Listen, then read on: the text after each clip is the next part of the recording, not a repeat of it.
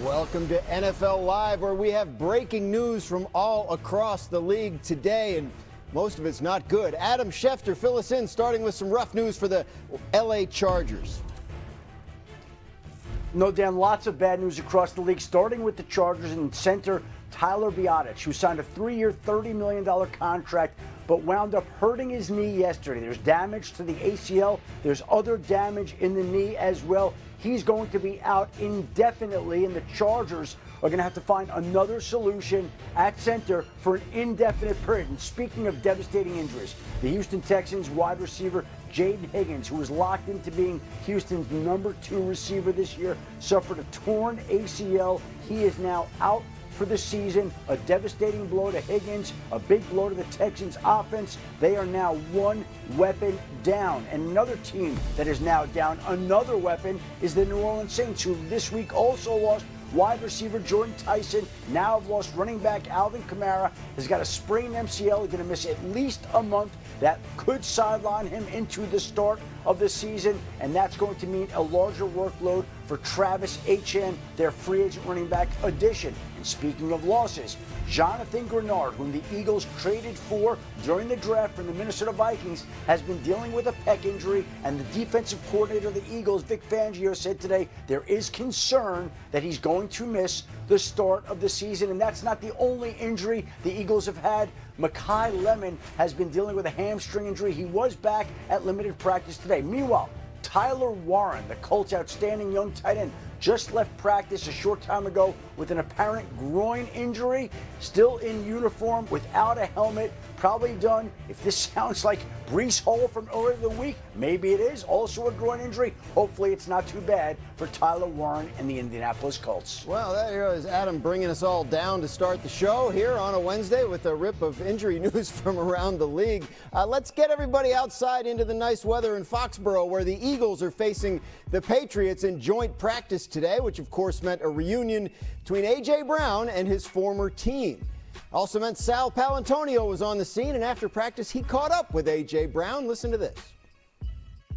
That first route, that 9 route, down the sideline, they called your number right from the get-go. Yeah. Did Q get away with a hold there? Just a little bit, just a little bit. But he pulled himself back into play. You know, obviously there's no call, so it doesn't matter. So he won that rep. You know, I got a lot of respect for Q, man. He's incredible.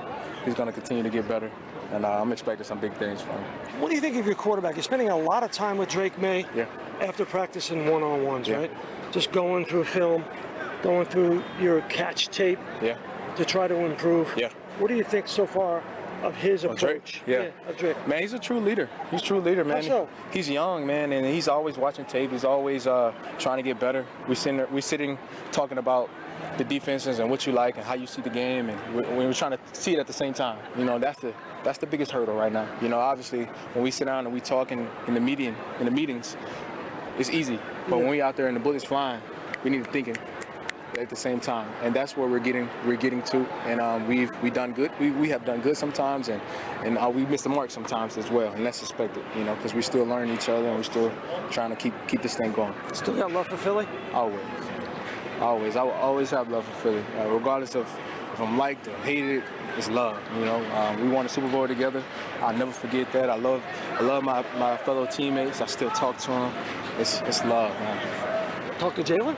Not him, but a lot of guys. But I'm sure we'll probably catch up at some time this week. Okay. Yep. Appreciate you, man. Thank y'all. Yes, sir. Yep. And now we welcome in Sal Paolantonio, who is on the scene in Foxborough. Sal, lots of eyes on this joint practice. Fill us in on everything we need to know from today. Well, Dan, the big headline, obviously, from today is that A.J. Brown revealed that he's not talked to Jalen Hurts since the trade to the New England Patriots. That was the headline. And, of course, Jalen Hurts recruited A.J. Brown to Philadelphia. They won a Super Bowl together. A.J. Brown's daughter, godfather, is Jalen Hurts. So they've had a long emotional connection, and now they're not talking. He said he was going to try to catch up with him before he leaves this town tomorrow after the game on Saturday, and we'll see if that happens. But for me, from a football standpoint, Dan, the big headline out of the New England Patriots in this practice is that A.J. Brown, far and away today, for both teams, was the best wide receiver on the field. He caught 6 of 7 balls. Remember, this is a guy that got not only one, but 2 $100 million contracts out of the Philadelphia Eagles. He was 30% of their passing offense last year. Patriots lose Trevon Diggs. They got to try to get back to the Super Bowl. They brought in A.J. Brown. It looks like all of the offseason work and off-the-field work between A.J. Brown and Drake May is definitely paying off. And as for the Philadelphia Eagles, well, Jalen Hurts did throw 3 interceptions today in these joint practices. He threw a lot of balls to running backs, to Saquon Barkley and the rest of the running back crew. But when he had to go over the middle, he wasn't as accurate as Sean Mannion, the new offensive coordinator, wants him to be. So, to me, when you look at Saturday night's game in Baltimore and the joint practice today, this offense, the new offense under Sean Mannion, is still very much, Dan, a work in progress. Lots to work on there with the offense in Philly. He is the great Sal Paolantonio on the scene for us with the Patriots and the Eagles. Thank you, Sal. You already heard from Adam Schefter. I'm Dan Graziano. We have Louis Riddick and Booger McFarland along for the ride today as well on NFL Live. Louis, start with you. Based on what you saw in those highlights, what you heard from Sal, what do you make of A.J. Brown out there against his former team? It seems like he's integrating himself and being integrated into the Patriots culture rather seamlessly. And that usually happens when you have a lot of alignment working in your favor, right? When you have a head coach who really is advocating for you, who knows you as well as anyone. When you have someone like Josh McDaniels, an offensive coordinator, who's coached maybe the greatest football player of all time in Tom Brady, the winningest football player of all time in Tom Brady. When you have a quarterback like Drake May, who's coming off of a MVP caliber season and really knows that the relationship that you two guys, meaning him and A.J. Brown, have is going to do nothing but benefit you and benefit this football team. It's just nice to see that A.J. looks happy. He looks healthy. He understands that, look, I am the unquestioned number one here. This offense, and especially the passing game, runs through me, and they're going to put me in positions to succeed. That's why you see that big smile on his face and those nice straight white teeth just gleaming, because he knows I'm the guy. I'm the unquestioned guy, and we've got a pretty darn good football team. You know, I thought the most interesting thing that Sal said was that A.J. was by far the best receiver on the field. To me, that spoke volumes, because you wondered how he would have handled this type of practice situation. He's probably not going to play much in the game, but he came out today on a mission, and I get it. It's just practice. It's just ones-on-ones. It's good on good. But it sounded like he came out today with a mission to show everybody, I'm still that dude. And with all the Philadelphia brass there, and with all the New England brass there, it was very interesting to me to hear Sal say that A.J. was the best receiver on the field. And I think if you're Philadelphia, you have to ask yourself, and I know some guys are hurt, are you really sure Devontae and Mekhi can fill those roles of being 1 and 2 the way A.J. and Devontae did? I have no doubt Devontae can be a number 1, but we still have to go see him do it. We got to see him do it out there on the field. But as far as today, the fact that A.J. Brown was the unquestioned number 1 receiver on the field, the best receiver, according to Sal, to me that spoke volumes.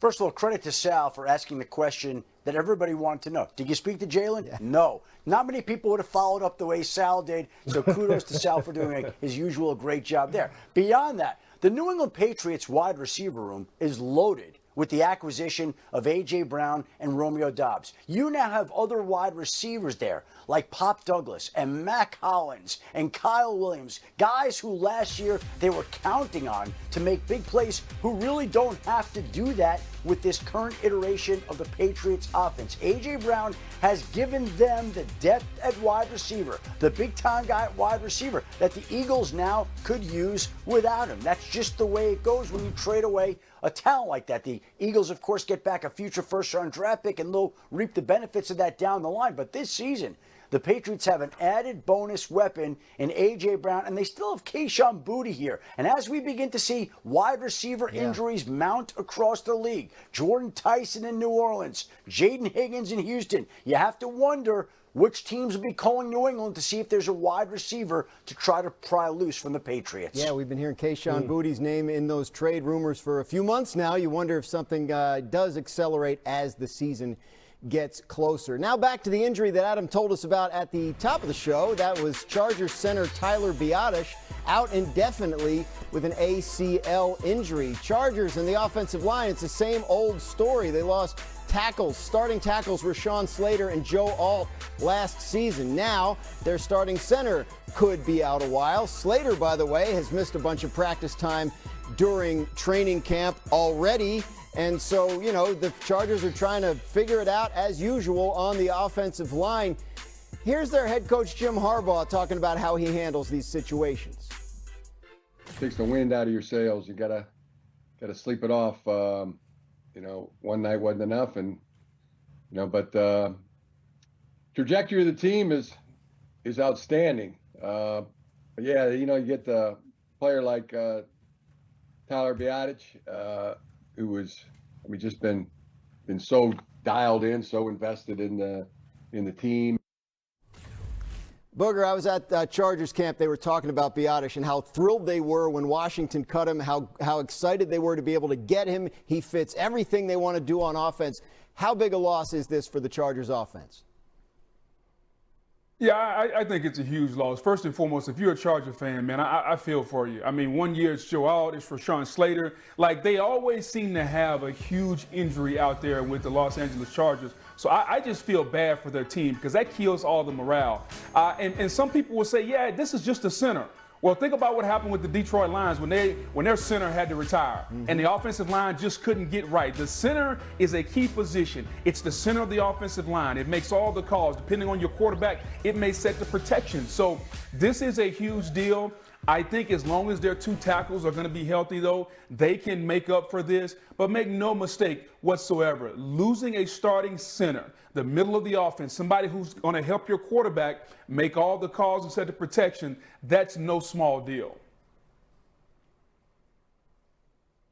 Yeah, it's not a small deal at all. I mean, primarily because of the communication piece of it, Boog, as you just mentioned, and the fact that Tyler has played a lot of football and really was a middle-of-the-pack center in terms of effectiveness whether you're talking about running or blocking, run block win rate, pass block win rate last year at Washington.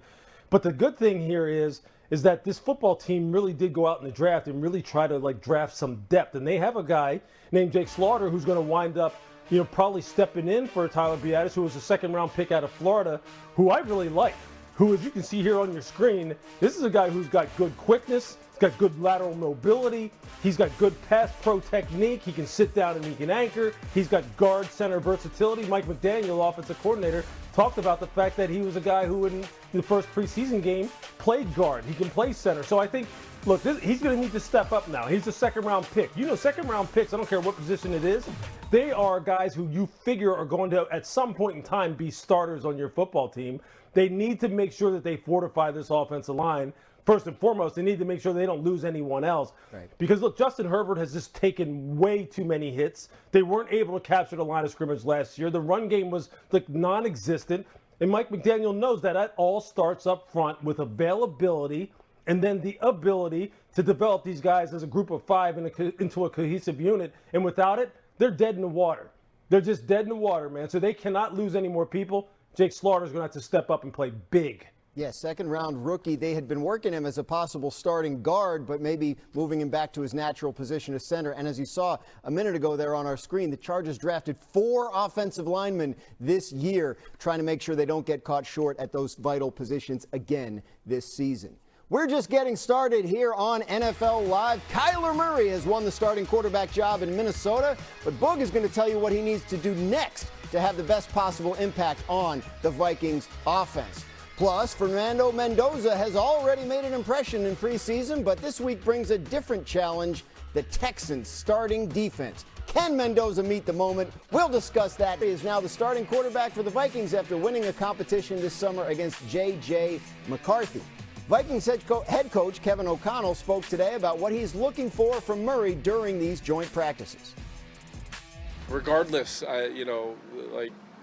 each play, good result, bad result, moving on to the next, and it's still practice, so you still want him having a mindset of aggressively learning and applying all the things that he's put work into since getting here. And this just gives, I mean, it's not even just for him. It's for Justin and Jordan running routes on guys that are good players at the corner spot. It's for TJ, that matchup that he may have, within their defense that you just don't get with your own roster, especially when your own roster plays against each other every single day.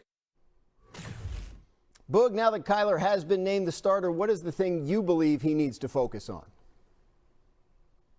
Well, I think he still has only been there less than a year. So I think the cohesiveness with the receivers that Coach O'Connell named is the biggest thing. He's got to continue to get on the same page with Justin Jefferson and Jordan Addison and TJ Hockenson. And the same page simply means this. There's going to be a point in the game where you can't verbally say something. So maybe it's a hand signal, maybe it's a touch of the helmet, maybe it's a wink of the eye. All those things are the nonverbal, that's the nonverbal communication that happens on the football field that the fans don't see. And you only get that once you do it at practice, and you got to rep it over and over and over and over. So it's that cohesive bond that he's got to continue to develop with those skilled players. If he does that, I expect big things out of Kyler Murray and this Minnesota Vikings skilled players. You know, Boog, you bring up Justin Jefferson, and we spend an awful lot of time talking about Jamar Chase and Puka Nacua and Jackson Smith-Njigba and CeeDee Lamb and some of the great wide receivers in the league. And over the course of the last year, it's almost as if Justin Jefferson has fallen out of that conversation. By signing Kyler Murray, this is the Vikings' attempt to get him square back into that conversation, to make sure that he is remembered as one of the best, if not the best, wide receiver in the NFL. We didn't get to see those plays with any regularity from Justin Jefferson last year. And with Kyler Murray and the way he throws the deep ball and his accuracy, I think there's a feeling within the organization that this can help revive Justin Jefferson. Not that he didn't play well last year, of course he did. But he needs the quarterback getting him the football, and I would expect that he's going to be peppered with targets early and often. Kyler has 2 first-rounders to throw to in Justin Jefferson, Jordan Addison. Also, they signed Jawan Jennings, a wide receiver room in Minnesota fairly stacked. On the other side of that joint practice, we've seen lots of changes this offseason in Baltimore. It was the end of the John Harbaugh era as Jesse Minter takes over as their head coach. They added Trey Hendrickson, Calais Campbell making his return to Baltimore. His career is still going, and they made some significant changes to their offensive line. Lewis, Jesse Minter's known as a defensive guy. That's his background. Baltimore, we always think about defense, but they've been up and down the last couple of seasons. What do you think Minter brings that can help? Well, first and foremost, the level of competency, Graz, that everyone is well aware of. This guy knows how to coordinate defense. He knows how to teach fundamental defense as far as being able to stop the run with fundamentals and technique, keep a lid on the pass defense, not have people throwing the football over your head, and then get after and affect your quarterback, which is what every defensive coordinator says over and over again. We got to affect the quarterback. You saw that already in the first game of the preseason. You saw him come out right away and start showing people some of the different types of pressures he's going to bring to get after quarterbacks. And I think what that does is that instills a lot of confidence in the defensive players that he has. And look, he needs to get some mileage out of these dudes. Trey Hendrickson has to be big. Last year's second-round draft pick, Mike Green out of Marshall, has to be big. This year's second-round draft pick, Zion Young out of Missouri, have to be big. They have to be able to rush the passer better than they did a year ago. Nnamdi Madubuike coming back, he has to be big on the inside and in the back end.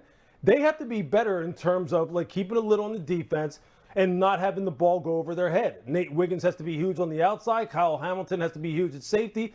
But you know what? If anybody can kind of put this all together, it's Jesse Minter, along with Anthony Weaver, who returns as the defensive coordinator after spending some time in Miami, who deserves to be up for head coach consideration himself. I think this Ravens defensive unit will have a comeback this year, and people are going to be pleased. You mentioned Nnamdi Madubuike, only 2 games last year because of that neck injury. He leads all Ravens in sacks since 2020, so getting him back would be huge. New on NFL Live, we have more injury news coming down today, and it's about the Ravens. Ravens center Danny Pinter was carted off a short while ago at the joint practice with the Vikings. Pinter has been vying for the starting center spot after the Ravens lost Tyler Linderbaum to the Raiders in free agency.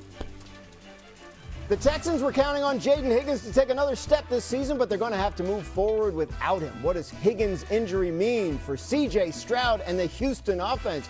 Shefty has the Cowboys two-time Pro Bowl cornerback Trevon Diggs on a one-year deal. He worked out for the team yesterday. He reached that agreement with them this morning. Seattle had been looking for some cornerback depth, and it finds it. And it's looking for depth in part because of Terrion Arnold. He's going to be placed on the commissioner's exempt list. He's going to miss some time. They still need help at the position. Arnold could be back this season, but it won't be early on, and so that is why they went after Diggs today. Meanwhile, the Los Angeles Chargers lost their starting center, Tyler Biadasz, on this play yesterday during a joint practice versus the 49ers. He's got damage to his ACL. He's got other damage in his left knee. He's still being evaluated by other doctors to determine exactly how long he'll be out, but it'll be for an extended period, as is the case with the Houston Texans wide receiver Jayden Higgins, who suffered a torn ACL during practice on Tuesday. DeMeco Ryans said they were evaluating him for a leg injury. It turned out to be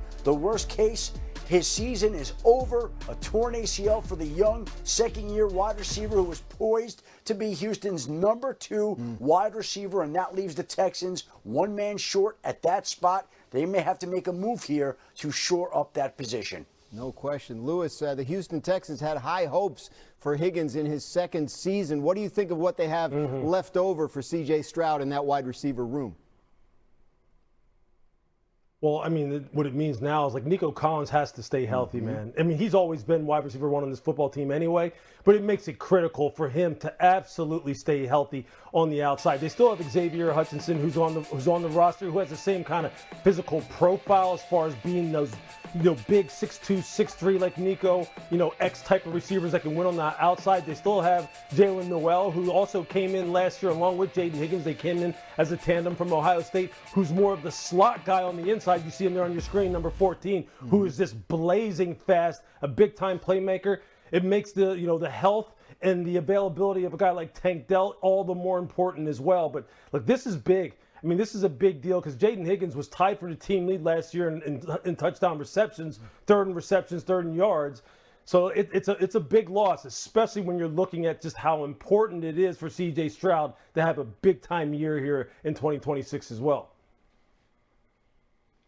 Well, not to just echo what you said, Lewis, about it being a big loss. I think it's going to put more of an emphasis on the offensive line and running the football, because that's the one thing they really couldn't do last year. They couldn't run the football. They waited on Joe Mixon to come back. Joe Mixon never came back. Now they go out, they get David Montgomery. You bring him in.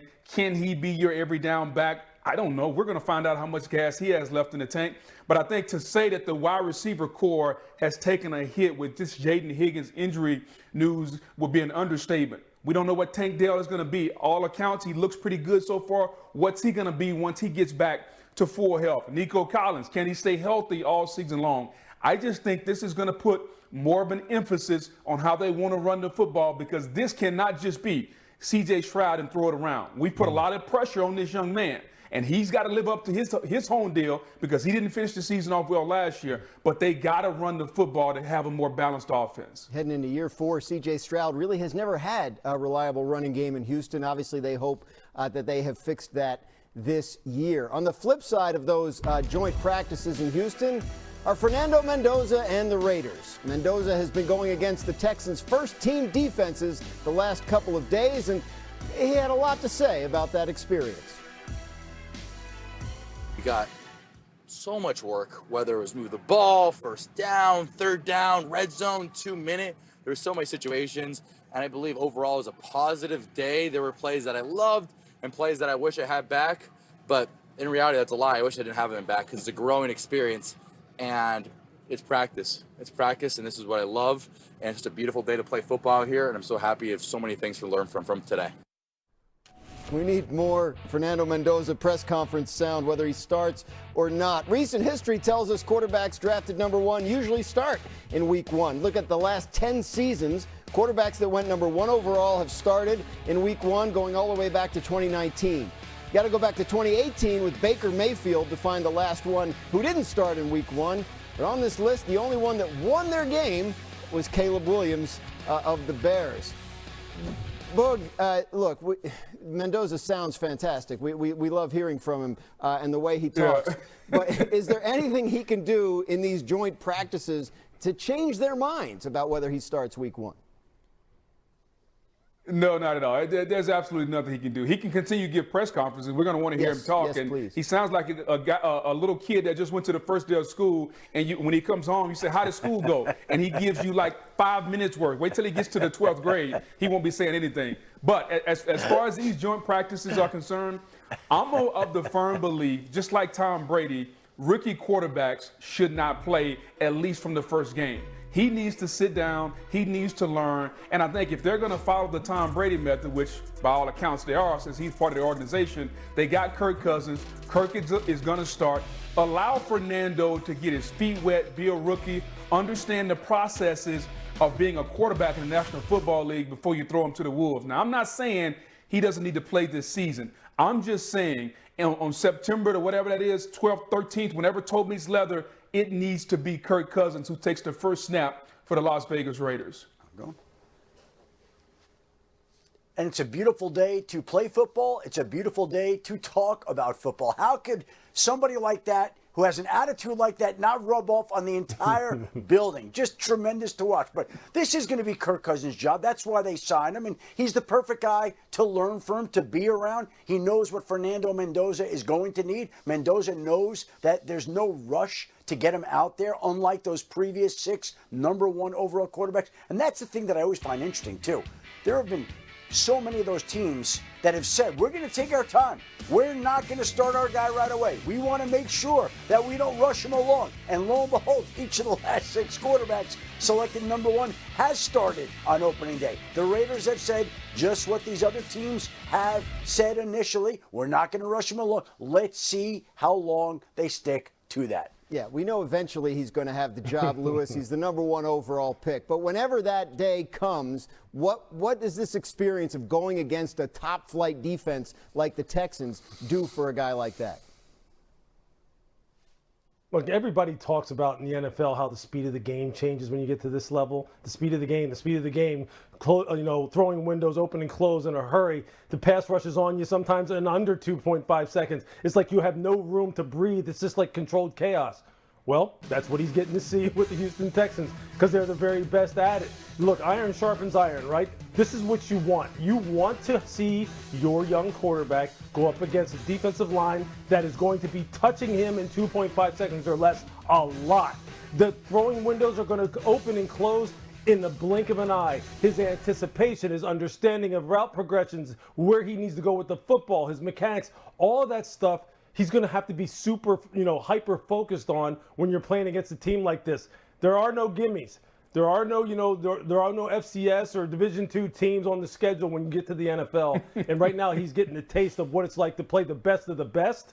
And that's exactly what you want, though, because then you get to look. I truly do believe Fernando looks at this as, look, I want to see how I measure up, man. I want to see if I've got it against these guys who are the baddest cats in the league. That's what you want. You want someone who runs towards that, not runs away from it. Texans, the only team last year that had multiple players with at least 12 sacks. That is a real, legit, serious defense. Remember, you can catch the Raiders-Texans preseason game tomorrow at 8 Eastern on ESPN. Plus, don't miss marquee matchups Thursday and Friday on NFL Network and also streaming in the ESPN app. When we come back on NFL Live. Defensive tackle. I know Lewis could have never played on offense, but I did both ways. All right, well, man, please. Lewis, do you have a rebuttal? Nothing? Yeah, you know what? I'm gonna break out the tape. I got offensive stats. What are you talking about? All right, maybe tomorrow on NFL Live we'll have a chance to see some of that tape. But in the meantime, we're going to take it to Tampa Bay, where Baker Mayfield did not get the contract extension he was looking for from the Bucs this offseason. He has said he felt disrespected by the offers from the team, but he has been at camp, and yesterday he had this to say about expectations for the team this year. I think we're going to shock a lot of people this year, and so I'm excited to just get on the road and do that. There's no embellishing. I think you can't avoid it. There's the TVs everywhere. I think everybody's confident. Yeah. Hell yeah, I am. Everybody's picking us probably to have a losing record, so we'll see. Boog, I feel like Baker's watching different TVs than I am. Are people sleeping on the Bucks, or what's going on here? Well, I don't know if people are sleeping on the Bucks. Everybody that I talk to thinks they're one of the favorites, if not the favorite in the NFC South. I think the biggest issue is going to be the health of the offensive line, because when they're healthy, they're a top 5 offensive line, which allows the quarterback to play the way he played a couple years ago and not be injured. No Mike Evans this year. Can Emeka Egbuka stay healthy? Can they get production from Chris Godwin? So these are all question marks from an offensive standpoint. And then the biggest question of all is, can the Tampa Bay Buccaneers rush the passer? Because if Todd Bowles and this defense can rush the passer without blitzing, now they can get the ball back to this offense. And make no mistake about it, this is a huge year in this organization, not only for Baker Mayfield, who wants his money, for Vita Vea, who wants his money, but for Todd Bowles and Jason Light. This team needs to be a playoff team, and if they're healthy, I think the NFC Championship game is their ceiling, where they would probably meet up against everybody's favorite, the Los Angeles Rams. Yeah, I don't think anybody's sleeping on him either. You know, look, Baker likes to make up stuff. He likes to make up stuff to keep himself motivated, keep himself edgy, keep himself ticked off at everyone. That's cool. It works. It works, right? We all need some sources of motivation. Boog hit the nail on the head. Offensive line stays healthy, the offense is going to hum. Baker stays healthy. Now, people say, well, he hasn't missed any games. You're right. He hasn't missed any games since he's been in Tampa Bay. But he needs to be at full strength or closer to full strength. Lessen some of those hits. Play a little bit smarter. Step out of bounds now and then. Don't let these big guys hunt you down and be putting you on the ground. Just stay healthy. He does that, this offense will explode. I think really the question is on defense. One, get Vita back in there. You can't mess with him. He's a foundational player. Jason Light has to figure out a way to bridge that gap and get him on the field. I mean, you just went and drafted maybe on the defensive side the equivalent to Baker Mayfield in terms of a guy who has a chip on his shoulder and Ruben Bain. I mean, who's more pissed off than Ruben Bain right now? As far as a guy who feels as though he's been disrespected and overlooked. He's going to have a heck of a year. And then, you know, when you think about Josiah Trotter, the rookie from Missouri, who's going to be at linebacker, Keontae Scott, who they draft from Miami, Ruben Bain's guy, who's going to be maybe their starting nickel. This team right now, I think they've got a lot going for them. They're not going to sneak up on anybody. People know how good Tampa Bay can be, and Boog's right. It's a big year for this organization, man. Just don't mess with the foundation. Get number 50 in the building. Vita Vea still looking for a new contract, but as we mentioned, so is Baker. Adam, with 1 year left on his deal, Baker has said he wouldn't negotiate a new contract once training camp started, so obviously that deadline is passed. Any change? What can you tell us about where things stand on that?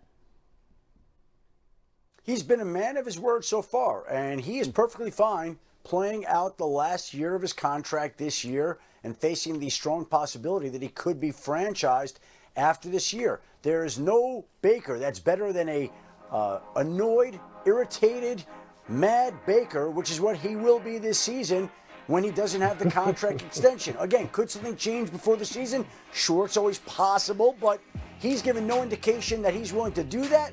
He said he's been a man of his word. He meant the deadline by the start of training camp, and he's going to live by that deadline by the start of training camp. I know everybody's all worked up about Vita Vea possibly being traded. They're not going to trade him, and I do believe, I said it yesterday on NFL Live, I'll say it again. I believe they're going to work out something with Vita Vea. I believe that'll get taken care of. So 50, I don't expect will be a problem here. They'll get that done at some point in time, and now the issue will be with Baker. And now we know Baker's set up, hopefully set up for a big year for his sake if he wants to cash in when it's over. Only 3 players have had more passing touchdowns in their first 3 seasons with a team than Baker, and they were Peyton Manning with the Broncos, Tom Brady with Tampa, and Dan Marino in Miami. Here's another fun fact, by the way. Louis Riddick has one 25-yard reception on offense. It was back in 1995. Yeah, Boog. How about that? I don't. I didn't see this. We don't have the video, but I don't know. Maybe it's out there somewhere. Maybe we don't have the video. But he's never kicked a field goal. He's never kicked a field goal like Travis Hunter. Never kicked a field goal like Travis Hunter, but he does have a 25-yard catch, Boog. So there you go. Still ahead on NFL Live, the Eagles are entering a new offensive era without A.J. Brown. And there are plenty of questions about where the production will come from now. So who steps up around Jalen Hurts? We have the answers next on NFL Live.